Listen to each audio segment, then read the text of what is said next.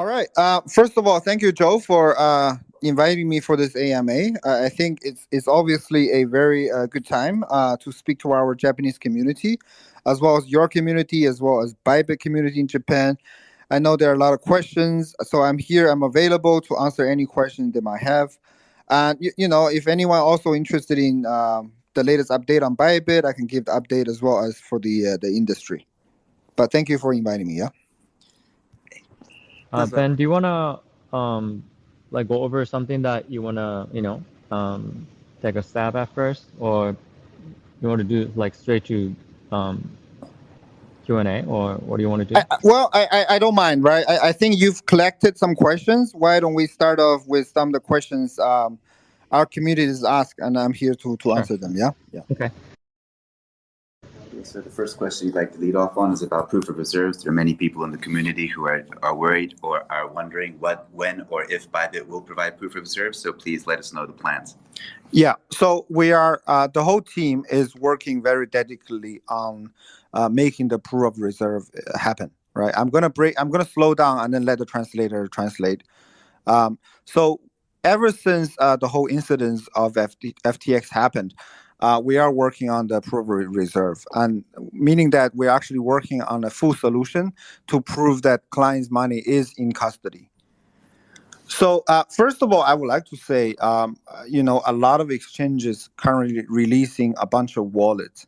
To Bybit, this is not a proof of reserve because simply showing you a wallet, it does not show you the liability. Is that it does not show you whose money is what and whether it's borrowed money or client's real fund. So even since last week, we are working with the Merkle tree and also talking to auditors to get the full proof of reserve solutions, which I can explain now.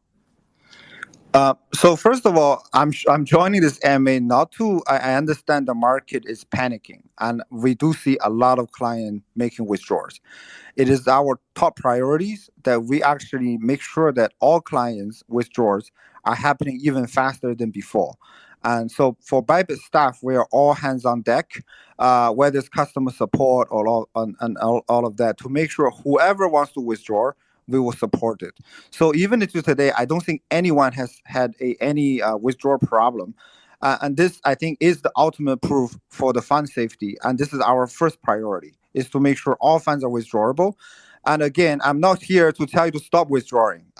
We're telling you that we're actually going to try to make it so comfortable for you to help you to ease the concerns. Yeah, go back to the topic of proof of reserve. We're actually talking to auditors. The proper way to do it is to take a snapshot of all the client's UID and your balance as of today, let's say, and then submit that into a package that into a Merkle tree, and then work with the auditor. Also provide our wallet address and test it to show the auditor we own the address, and so the audit you can actually check your UID on the auditor's website to see that your balance is already within a Merkle tree. The problem with that is obviously it takes time to develop the product, but our most time-consuming problem is the auditor. Currently, we are talking to all the major fours globally, like PwC, Bridgewaters. However, the few ones that able to work with crypto currently is also in question. For example, the one everyone uses is called Animoco, and they are the ones audited FTX. So I think, but we're still talking to see if we can find more reputable auditors to be able to audit our Merkle tree, which I think will take some time. Yeah. So on top of this, we're talking to all the prestigious auditors. But for us, I think the ultimate solution to proof of reserve, we're actually working on the solution now, is that to assign a on-chain address to every single user. And when you make deposit, you deposit into the on-chain address. And you'll be able to view your balance on-chain in real time. So we'll be assigning addresses to each individual UID or user, and you'll be able to check. Once when you withdraw, you can also see the balance. So this is, I think, is the ultimate proof of a proof of reserve, which we're working on right now. But lastly and least, I think the ultimate proof is that we are processing withdrawal with instant speed right now. And we will make sure that any clients, we understand that even in this market condition, you want to withdraw to your own wallet or we completely support that. And so we will make sure that I think even as of now, nobody in Japan or any of our communities has experienced any withdrawal problems. I hope that kind of answers the questions for the proof of reserve and our plan and what we are working on right now. Zhou, do you have any other questions from the community? Yeah, we can move on. Yeah. There was just a real-time question on Twitter that was posted with regarding to the staking rewards that Bybit is providing right now. All of those staking rewards also will be able to be withdrawn at any time.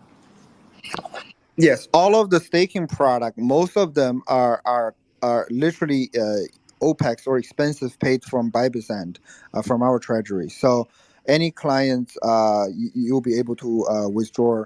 However, some of the staking products are on-chain staking, and the products made it very clear, and clients, I think they understand. For example, DeFi minings, that they are, putting their asset onto Avalanche to claim a interest for staking. For those products, we put it on chain. And when clients subscribe to this product, they've made very aware that we are actually going to move their asset on chain to claim the staking. But for the rest of the flexible ones, 100% claimable. You can claim now, and if you want to withdraw, that's fine. But you have fixed ones, 7 days, 2 weeks, whatever. That comes with maturities, and that's just like any other product with maturities. Yeah. Okay, so the second question: how is Bybit actually managing customer funds right now? For example, are all funds stored in cold storage? And if it is in cold storage, how are the secret keys controlled? Yeah. So we have a very complex custodian wallet system. So for one, Bybit is not a bank. We don't have the right to use clients' asset in any time. We simply hold them in custodians. So Bybit wallet consists of hot wallet, warm wallet, as well as cold wallet. 80% of clients' funds are in our cold wallet. Well, and probably 10% are in the warm wallet and 10% are in the hot wallet. For example, recently, these couple days or this whole week, when clients are massively withdrawing, we are actually already start to move some of the cold wallets into more into the warm wallets to make sure that clients can experience no hiccup on the withdrawals. But for any normal regular user, when you make a deposit onto Bybit, I think it's about 2 hours. Every 2 hours, we consolidate those amounts into a warm wallet, and then based on the level of the benchmark, we will move them into the cold wallet. So all of that are automated, and it's pretty standard procedures. So it appears like exchanges are sharing collateral amongst themselves to be able to show their PRI, right? Is Bybit also doing this? Actually, I think this before we missed a point. So the second part of the question with regard to cold storage is also how the secret keys are controlled. And I think we failed to mention that, so maybe we should. Yeah, so the cold wallet is obviously a multi-signature wallet held by multiple founders as well as the key operators from Bybit. We make sure that at any time the cold wallet is able to be signed off to move funds whenever upon users' request.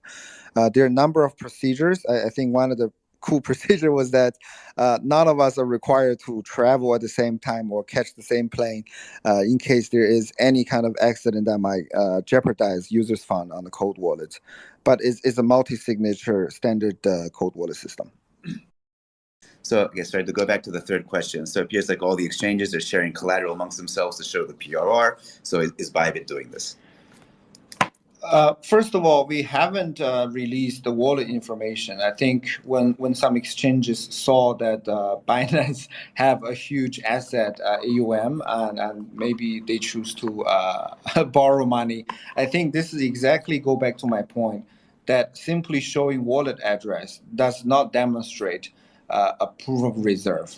And the best way is to find a reputable third-party auditor to prove that actually the funds are all locked into the Merkle tree.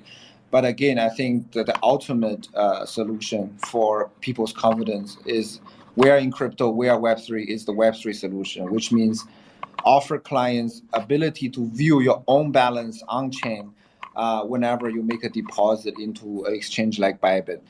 We are estimating this would be realized within 3 months.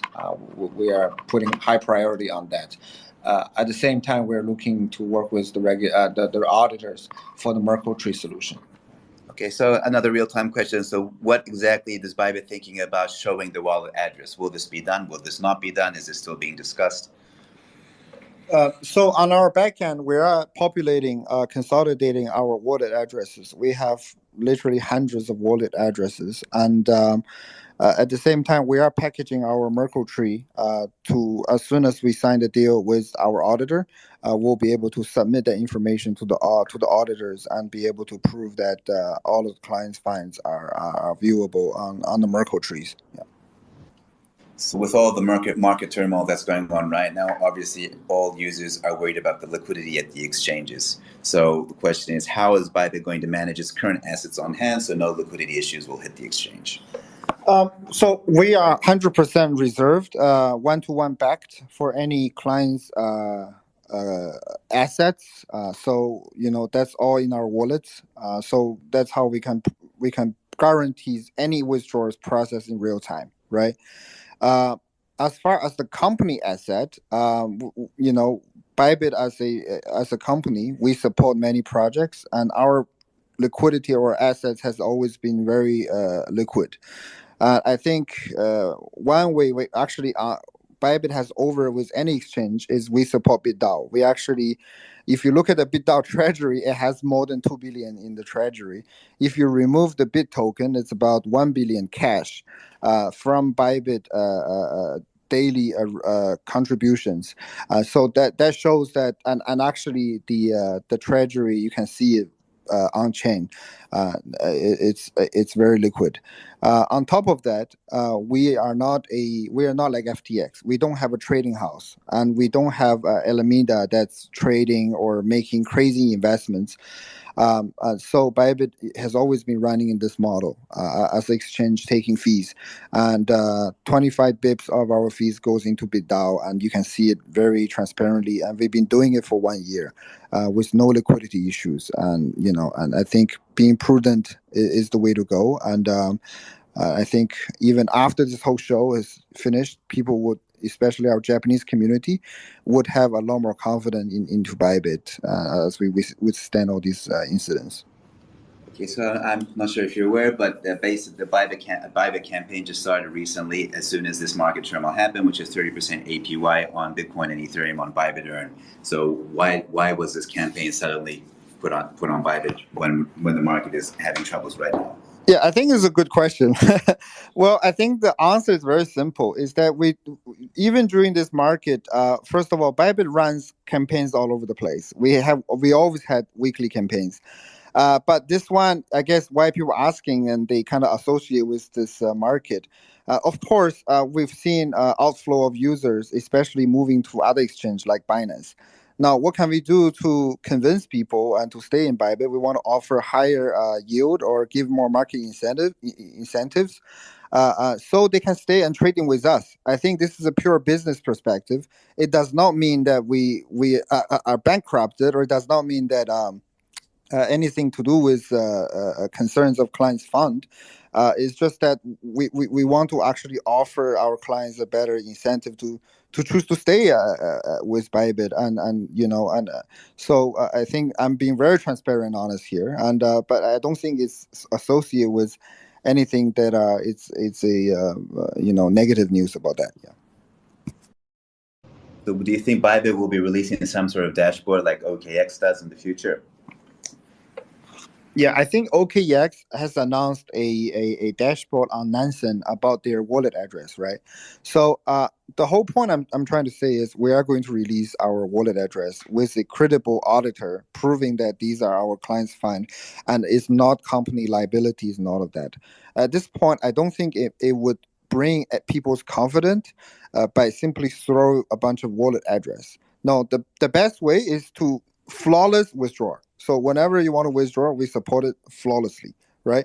However, uh, um, uh, after we audit all of our books with the third party, I think moving forward, working with Nansen or such institution is one way. But again, I think within a few months we will release our latest wallet structure, which you will see on chain. Then it makes no point for that. But if it's something that the market wants and heading towards, and user request, I think this is something we can work on. Yeah. But again, OKX is only announcing the news, right? So everyone is panicking. So we understand that and we support all of that. But again, I'm also telling you what's our future plan. Yeah.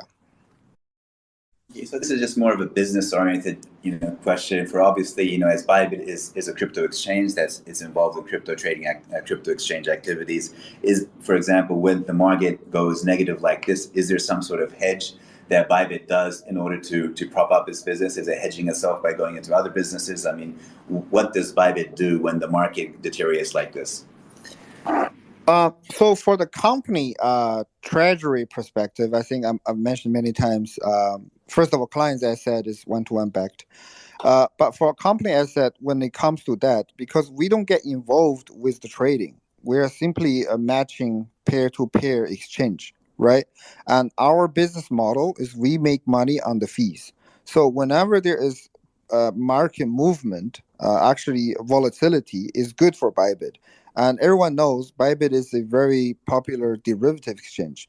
So our DAUT, meaning daily active traders, had gone up recently. But of course, the question is on Bybit business, right? What do I do when the market is going down?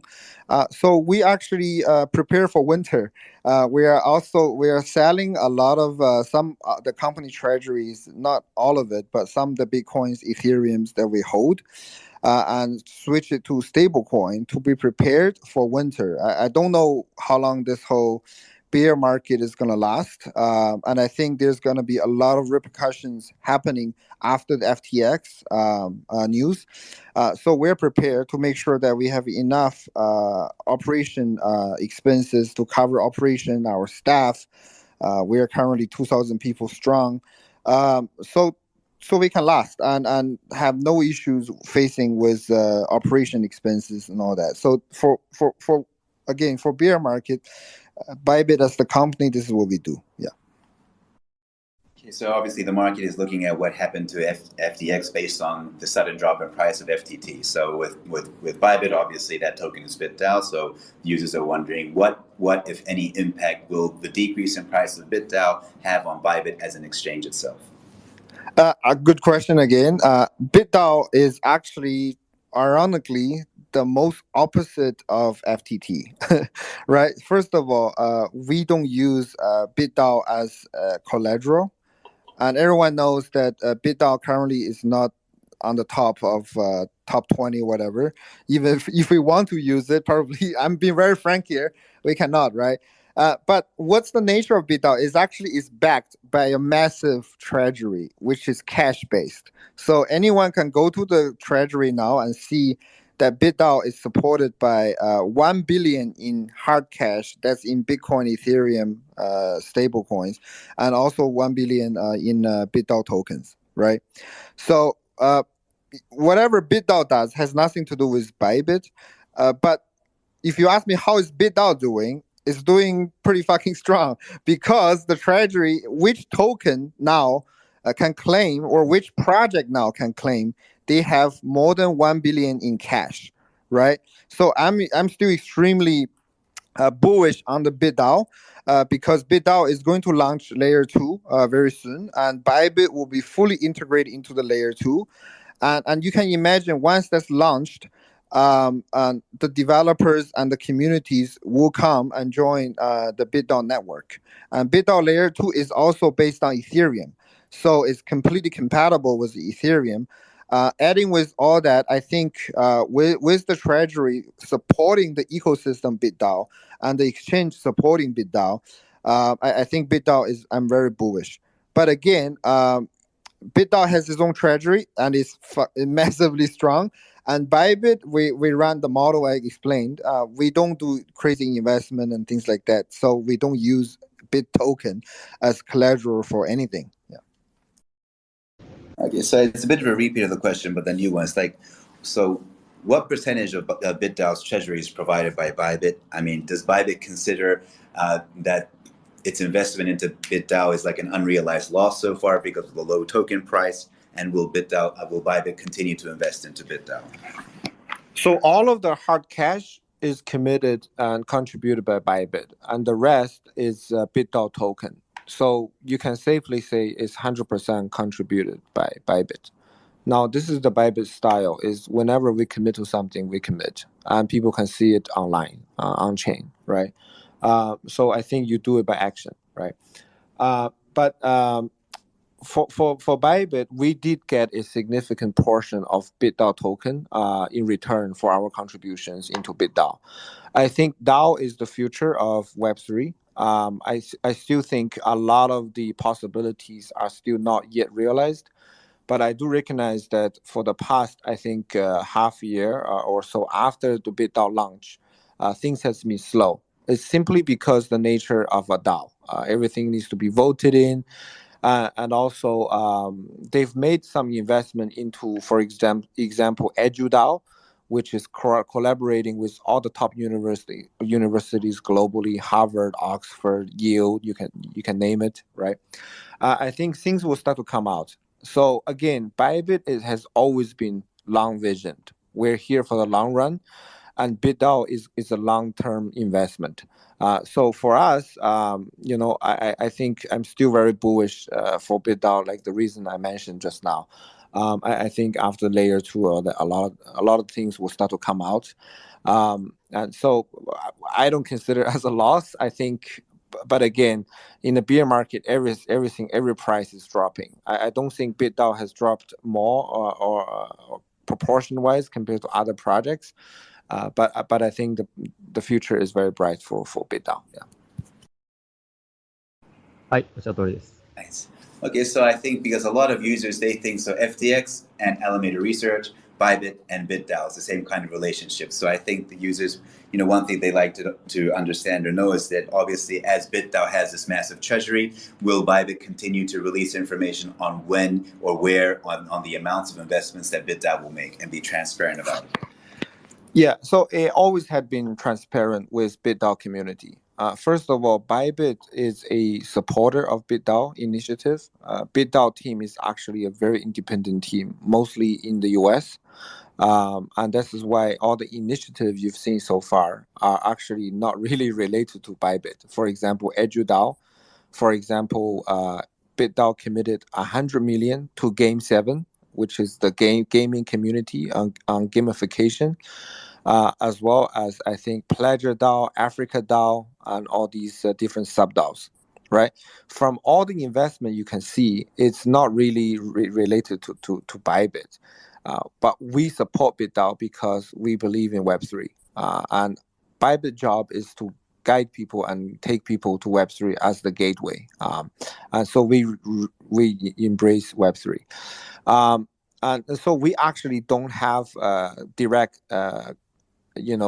management on what kind of investment to make, but we are active participants in the DAO forum.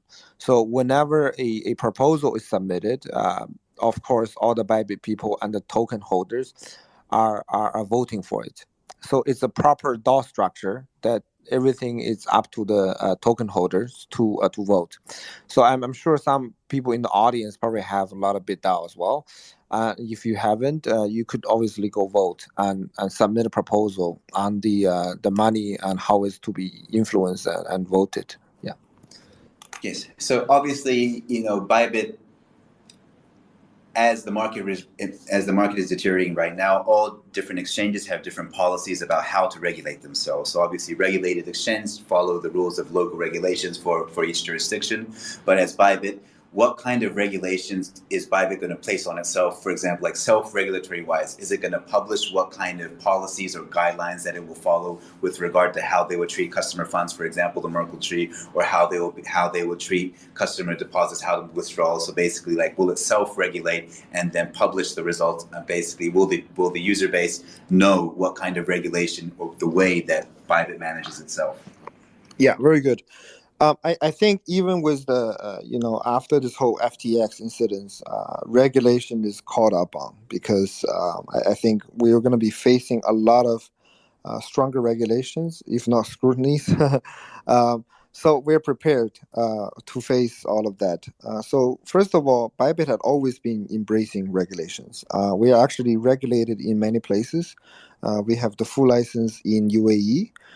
We have full license in also in Australia, New Zealand. We are applying for Singapore, Hong Kong, and also we are looking at the European license for that matters. Okay, so I think definitely self-regulatory, self-discipline is very much required. I think this whole FTX incident shows that whoever is self-regulated is going to withstand this whole incident. So moving forward, I think all the exchanges are going to be a lot more transparent with their user fund. Again, we're going to be working with a auditor, a reputable auditor, not only to audit our clients' fund, but also audit our books on how we operate as a company. That include our custodian services, where actually our security team or wallet team is looking at getting some certificates to making sure clients understand that our custody is all by the rules.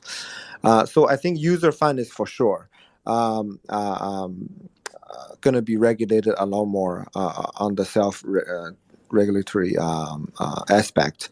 But again, I think after this, more regulation is going to come out. We are going to apply for pretty much all the regulated space and to get ourselves more regulated, so people can see and have a more peace of mind on that. Yeah. Okay, so Bybit is currently sponsoring the F1 Red Bull, obviously. What do you think about the sponsorship, and will Bybit continue? Yeah, so Bybit actually pretty much made one significant sponsorship. That's the Red Bull. And I think we're very proud that we made the right bet.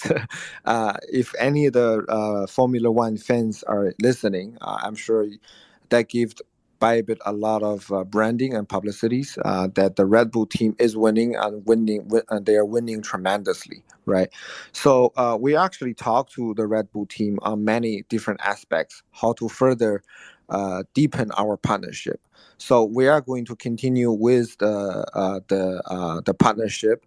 Bybit had always been very prudent with our sponsorships, and again, from the result, you can see we made the right call.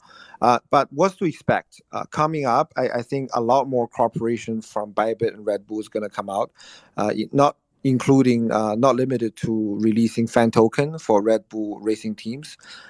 More NFT related for the championship as well as the drivers. We are also now exploring into release a joint credit card. As all of you know, Bybit is releasing our Bybit credit card. We are talking to Red Bull to see the possibility to release a joint credit card that any Red Bull fan will be able to use. And actually, Red Bull is very onboarded to help with adoption of Web3 through Bybit. They recognize Bybit as a very strong partner of theirs. Even Christian Horner, they actually have talked to our internal employees and our finance status. They are very bullish on the future partnership with Bybit, and so they are going to go deeper with Bybit to strengthen the relationship. Okay, sorry. So this is a real-time question, so we're just going to go back a little bit from the F1. So with regard to BitDAO, who or what controls the secret keys? The secret keys of the BitDAO treasury? Of the token itself. Of the token itself. Wait, the token don't have a secret keys. Yeah, maybe clarify with Zhou. They mean who hold the Bybit portion that we hold, or the treasury? The BitDAO Treasury. ビットダウンのトレジョリー自体でしょうか？はい、そうです。 Yes, トレジャリー the 自体 Treasury. Yeah. So the BitDAO Treasury is right now run by Wing Ranger, which is the BitDAO Foundation. So the BitDAO Foundation holds majority of the keys. I myself hold one key, as well as early investors of BitDAO. I think either is Pantera or Dragonfly holds one of the keys. But I'm not exactly sure who else holds the keys. But I know I hold one, as well as the Wing Ranger Foundation. They mostly controls the spending of the treasuries. Yeah. Wing Ranger. This information is actually public in their BitDAO website. I think if people are interested, they can go and find out more. Next question, is Bybit considering or would it consider getting a Japanese FSA license? We actually have been looking and trying to find a way to get into the regulated space in Japan. Previously, it's very hard to get a new license in Japan, as we know of. So we were looking for acquiring opportunities to get a license. But now I think FTX might be selling liquid, so we might be interested. But where our compliance and legal team is actually looking into, we are very interested in getting a full license and launch the Bybit Japan regulated site once we do. Okay, so this is the last question on questions that are not related to the general market. So the Solana USDT perpetual pair, will this be withdrawn from Bybit? And what are the conditions or reasons why a pair would be withdrawn from Bybit? Yeah, so Solana, I think is pretty fun.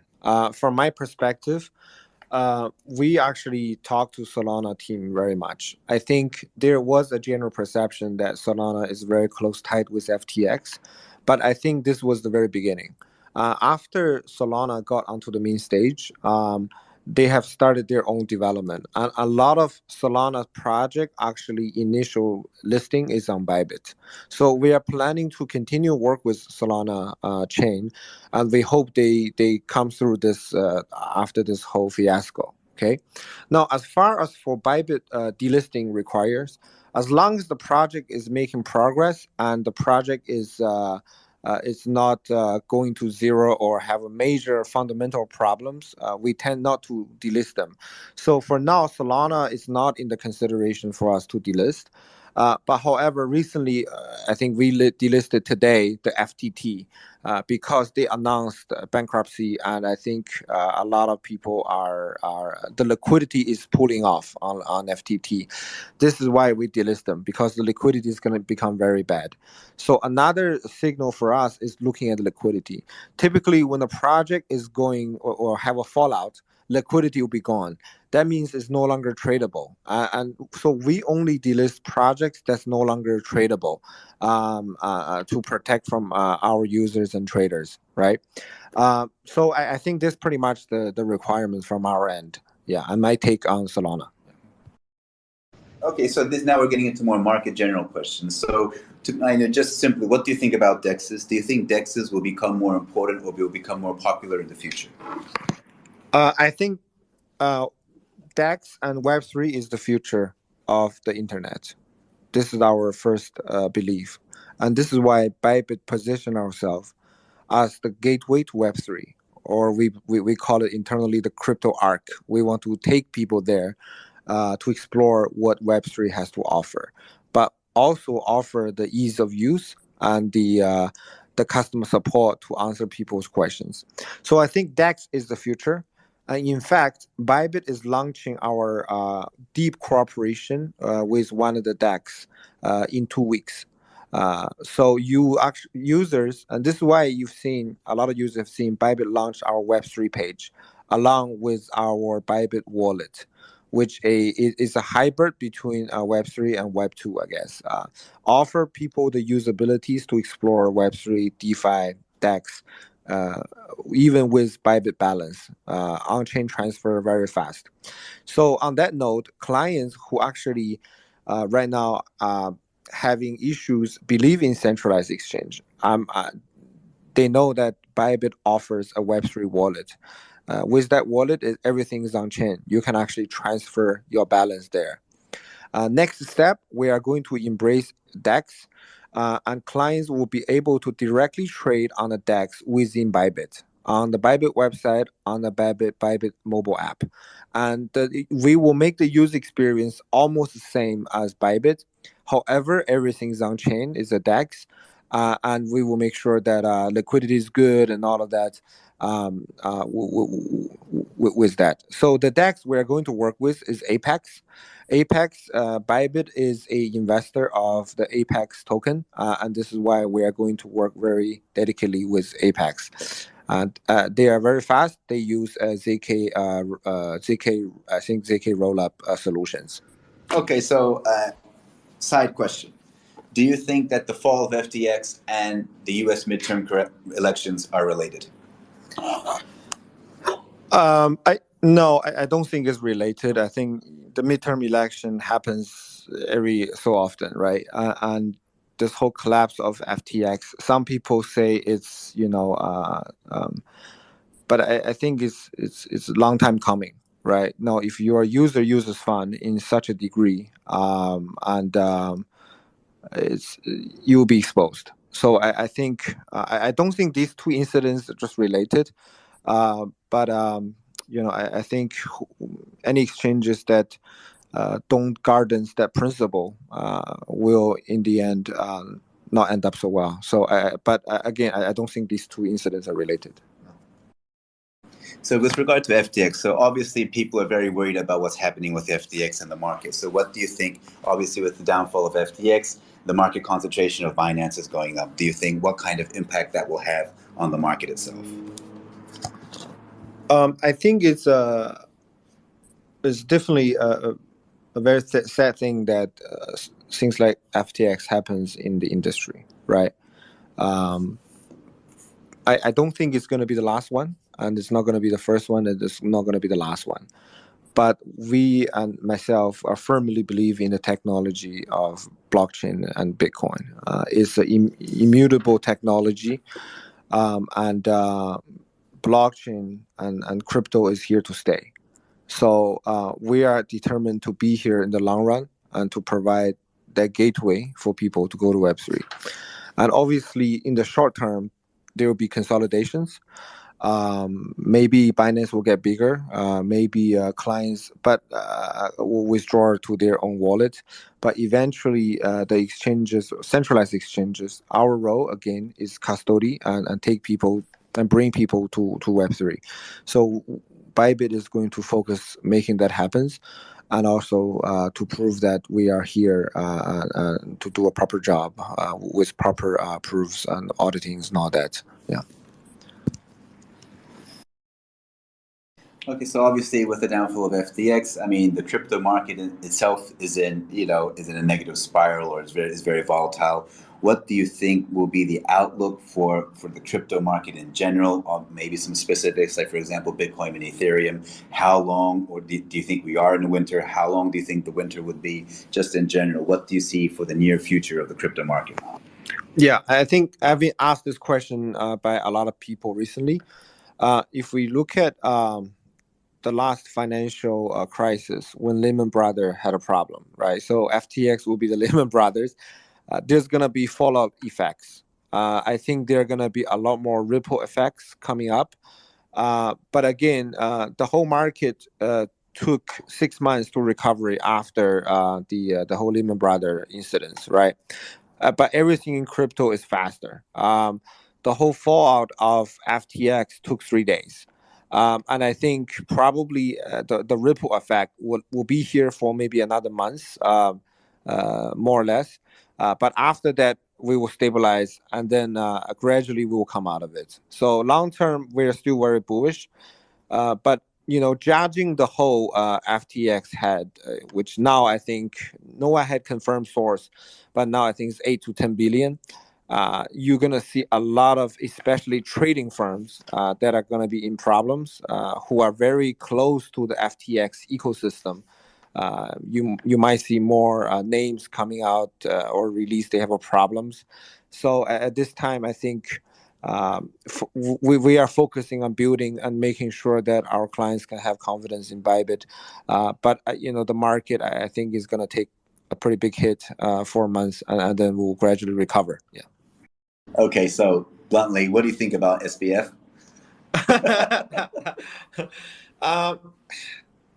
No one saw it coming.